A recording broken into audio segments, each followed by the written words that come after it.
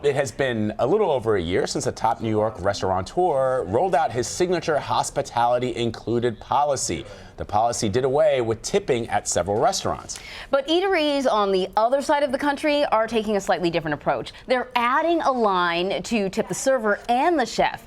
Connelly is the executive editor of Chowhound.com, and she joins us now to talk all about this new approach because, Carleigh, there was a time when the hot thing was no more tipping. Let's just pay servers what they're worth, and, you know, people will be willing to spend a little extra money. And actually, Danny Meyer was one of those people that sort of like was at the forefront of that trend. Yeah, so how did that work out with his restaurants? Yeah, so Danny unrolled it slowly, starting at the end of 2015. So November 2015, he started off with doing the hospitality included at the Modern, which is one of his highest end restaurants in New York City.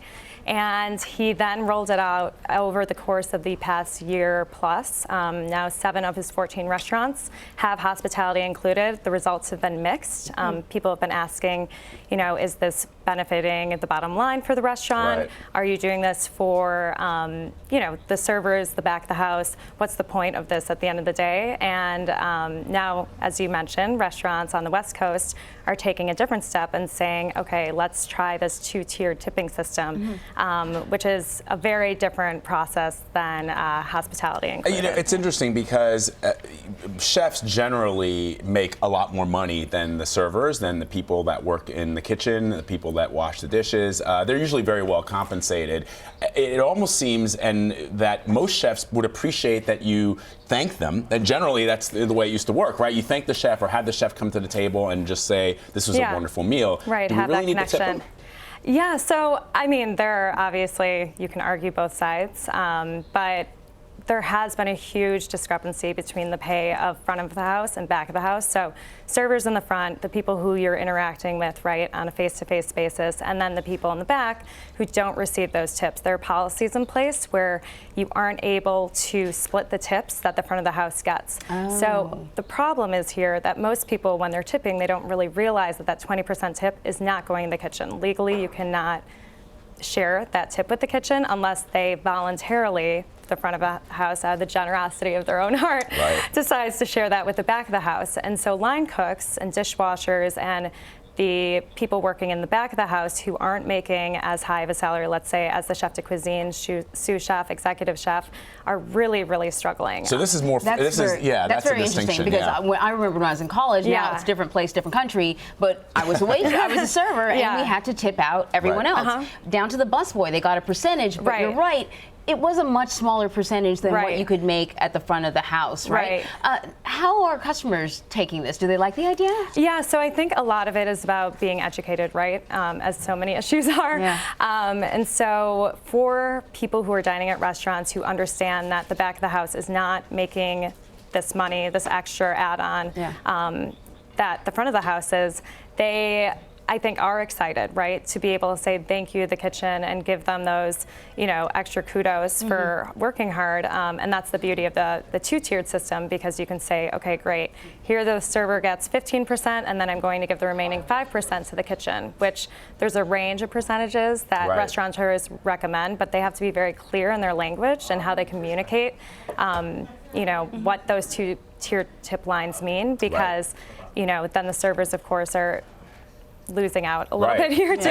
And there's some chefs, Tom Colicchio, David Chang, they're sort of not, they support the no tipping policy. Correct. And there's an argument that's also made, which is that, is this going to turn off diners? Is this, you know, are people ready to support the price? Totally. Right, because so there's hospitality included, which you'll see on the menus, right? It will be clearly stated at these restaurants that are have rolled out the hospitality included policy.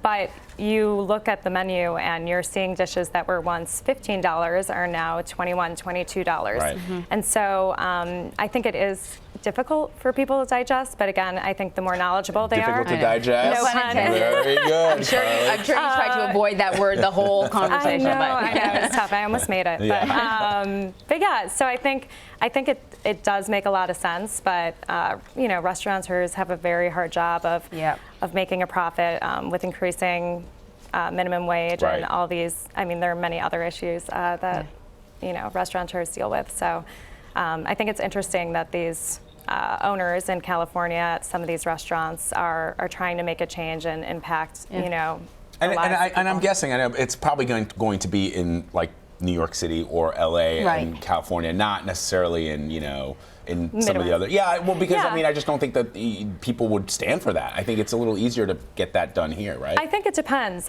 Chicago, you know, is a huge restaurant town, and they, again, a lot of this goes back to the state and city-specific minimum wages and the policies that are in place in those towns. And so, yes, the largest majority, definitely West Coast, East Coast, but it is happening all over the country because they're trying to even out the playing field for Yeah. front of the house and back of the house. I think if you know what you're getting yourself into, Right. and the people who are foodies who, you know, want really good quality food and are willing to pay for it, Yeah. they won't get sticker shock. They'll be expecting, you know, Yeah. to see this extra thing. And I Right. had somebody who's worked in a restaurant for a while. It's a tough, it's Yeah. a tough gig. It is. And It's you not for know, the faint-hearted. No, I don't No. mind throwing a little extra cash to somebody who's worked hard and giving Yeah. me a good experience. Yeah. Absolutely, absolutely. Carleigh, Connelly. Yeah, this was really interesting. One of our partners from Chowhound.com. Thank you so much. Yeah, thanks for having me.